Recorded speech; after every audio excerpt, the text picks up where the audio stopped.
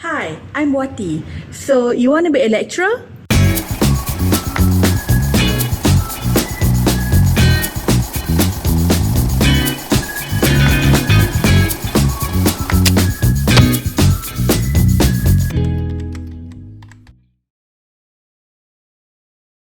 Okay, in terms of the qualification, it's different from before. Now it's very strict, okay, especially most of the university nowadays. You must have at least master in your field. Like for example, if let's say you want to become a lecturer in accounting, so you must have a degree and also master. Your degree and your master must be tally. But it also depends on the institution. Some small college, they still accept master holder. Okay, but now in college university, in most of the university nowadays, you must have PhD and also publication. You must have publication, because if you have PhD without publication, it's a little bit difficult for you to enroll in any university.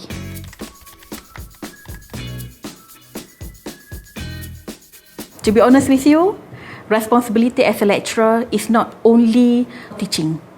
We have to do admin work, we have to do marketing to support our college or university, because during the marketing event, so we need to be there, because sometimes the parents, like to speak with the lecturer, because even though there is a marketing manager or marketing executive, but they would like to hear, from the lecturer, okay, especially, what is the future for the course, what is the subject that they need to take.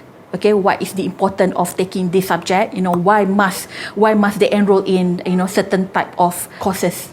And then after that is a must for us, to do publication, because from one university to another university, actually they are competing with each other for the ranking. Okay, ranking number 1, number 2 is very important for their revenue, because normally parents, before they enroll into the university, they will see, what is the ranking, whether they have received a special award.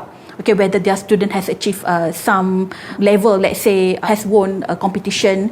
Of course, they want to see whether their investment is worth their money or not.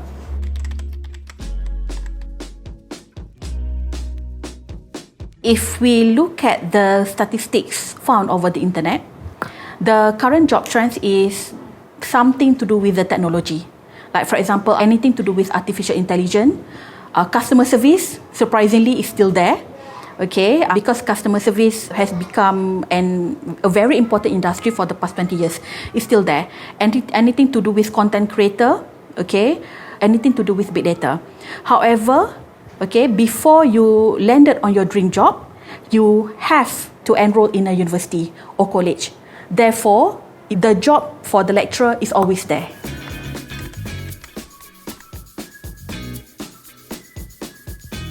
Okay. I have to laugh first because this is a very important and very popular question, okay, from everyone, okay, and even from my student. So, if you want to become a lecturer and then you're expecting that you have a 5-figure salary, forget it. I'm not saying that you cannot get a 5-figure salary. Okay, like my bosses, someone that I know already have 5-figure salary, but it's not that the moment you finish your master, the moment you finish your PhD, you will get 5-figure salary. Basically, in Malaysia, average for the lecturer is 5,500. 10% has received lesser than 5,000. More than 50%, okay, have received 5,500, and 8,000 and above is another statistics. But basically, average is 5,500. Even though that average is 5,500, but it depends on the university and also college. Okay, so I have friends, who has PhD, foreigner, okay, so he only received like less than 5,000. Okay, but I have friends who doesn't have PhD, but maybe because his area is very critical, so he received, without PhD, he received around 8,000 plus, 8,000 to 9,000.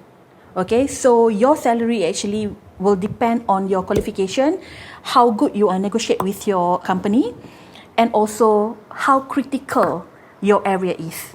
Okay, if let's say, your area is not really critical, so it's very difficult for you to demand. I'm not saying that you cannot get that 5-figure salary, okay, but you have to work hard on it, and then it's compulsory for you to have a PhD and very good in your publication in order for you to go up. If let's say you are expecting to have 5-figure salary at the age of let's say below 30, you better forget it. Don't become a lecturer.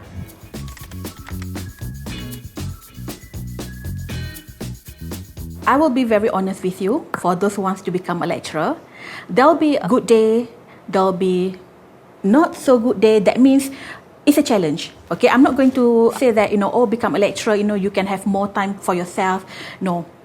During the older days, okay, previously, like 20 years back, we have been told by our parents, okay, if it is really difficult for you to get a job, why don't you change your profession to become a lecturer or even a teacher?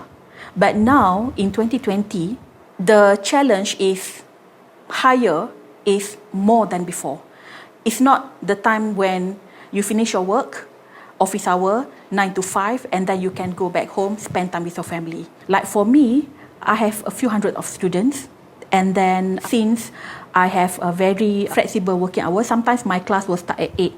Okay, sometimes my class will start at 5. Okay, so it's not that 9 to 5 working time.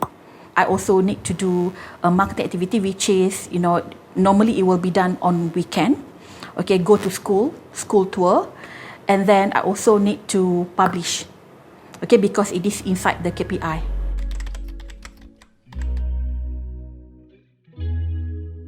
The good thing of being a lecturer is that you will always learn something new.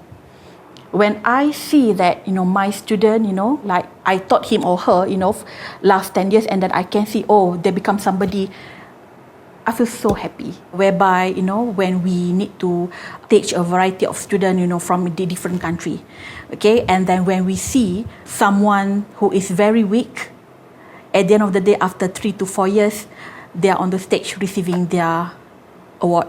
And then someone who knows nothing, about the course that we are talking about, but actually that turns out, to be someone great, in their career. Okay, that's really, for me, really warm my heart.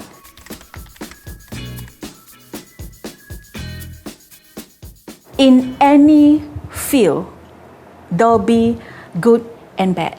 So I'm not going to lie to you. This is the reality of being a lecturer. Okay, if you have a passion to become an academician, you are most welcome into our world.